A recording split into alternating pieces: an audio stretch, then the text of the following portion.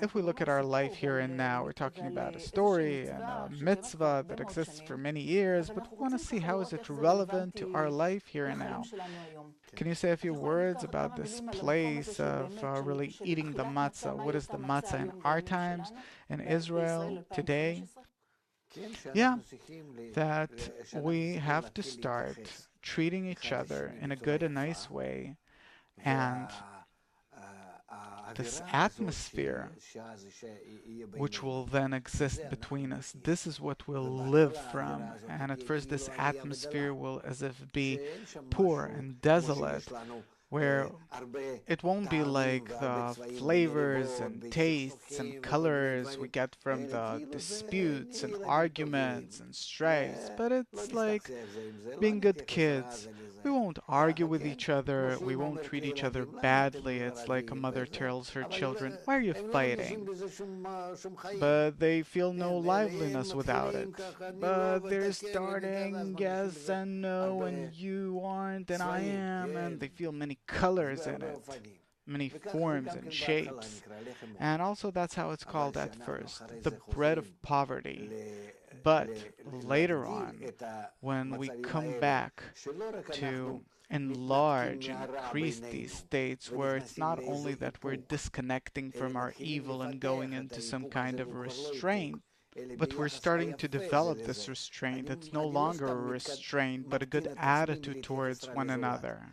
I don't simply reduce myself in terms of treating others badly, but I go through this narrow passage and I enter greater and greater and broader relations and a good attitude towards others, and then it's no longer the bread of poverty, but it could really be an amazing cake. What's the leaven? The leaven is the evil inclination which we had back in Egypt that we used in order to fight with each other. And the leaven that we have after the holiday of Passover, where we use leaven again, but we use it in a different way now. We use it so that above it we can bestow onto each other. Because without the bad attitude we had before towards each other, we don't know how to set good relations. Meaning we use the very opposite, meaning where we had hatred, now we'll have love necessarily. So I have leaven, matzah, leaven. That's the process. Yes, but it's new leaven. The new leaven is not the previous leaven that I use in order to love, in order to bestow. I don't understand. Maybe you can give an example or something. Once I played with you and I took all of your toys and I really enjoyed you crying and yelling and running to mom and telling on me, and I'm not giving you the toy. I enjoyed it. You understand it? I have that at home all the time. Good. Now I decide I'm no longer doing it this way. And then what do I do? What do I eat? The bread of poverty. What pleasures do I have in life then? I have nothing. I'm like passing through this small hole from the state of exile to the state of redemption, through the tearing open of the Red Sea. I passed through. I have nothing. We're waiting for a week, and we'll later on learn why is it a week, and why is there 49 days till Shavuot, and why 33 days of the Lag BaOmer. We'll learn all that, but I crossed from a state where I used my ego, and I was like Pharaoh. Look how much I enjoy. I am in power. That's, you have there a picture of Pharaoh with the crown on his head. It's not Pharaoh, I think it's Batya maybe, I don't know. Doesn't matter. And afterwards, after I've decided that no, I'll be different, what do I do then? Those very toys which I have taken from him and I enjoyed him crying. Now, those very same toys, that same leaven, I give it back to him and I enjoy that he is enjoying. That's already the bread. After coming out of Egypt, it's no longer the bread of poverty. unleavened bread, but it's something, oh, it's something special. It's not ordinary bread, it's rich bread. We call it 620 times greater, that it's the bread of love. The other leaven is leaven that I enjoy. It's like the first leaven, where we take all the evil that we had in Egypt and we invert it into good.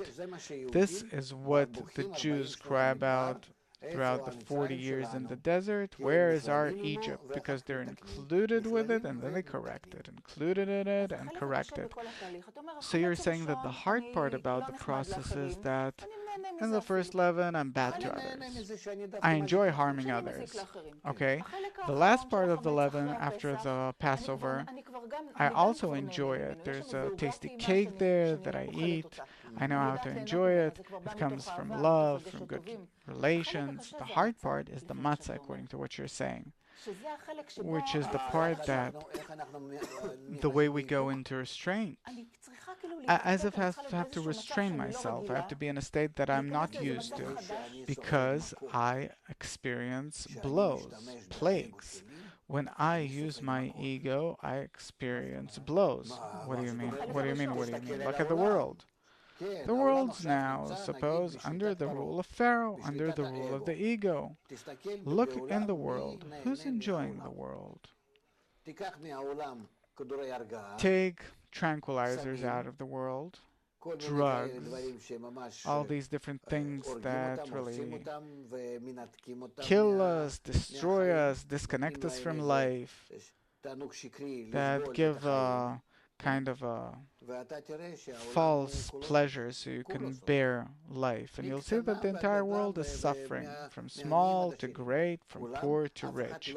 Everyone, no one's really enjoying. But it's the least of two evils. And then what happens on Passover? And then we reach a state which is even worse. We reach a state where we see that we're coming to a general kind of destruction, where it's not only we, and not only with our kids, with our families, where they're no longer families, they're broken homes, children leave home, they don't want to listen to us, they run away to join ISIS, and husband and wife can't stand each other, and so on and so forth. And we're reaching a state that even countries, all the nations are going into such relations between them where they're starting to hate each other so much and to suffer from each other so much because the world is becoming integral. It's becoming tightly closed. We're starting to feel inside the world like inside a family, that we can't stand each other anymore. Everyone's bothering me, and everyone wants to burden others with his pride, his ego, his goals, and so on. In short, we're in a state where it's really felt. It's really felt. It's not the end yet, but it will advance very quickly in this direction. So, as a result, we have to decide, is it enough or not? If not, then we keep on going. If we don't want to get out of it by our own efforts, the nature makes sure that we'll suffer more and more.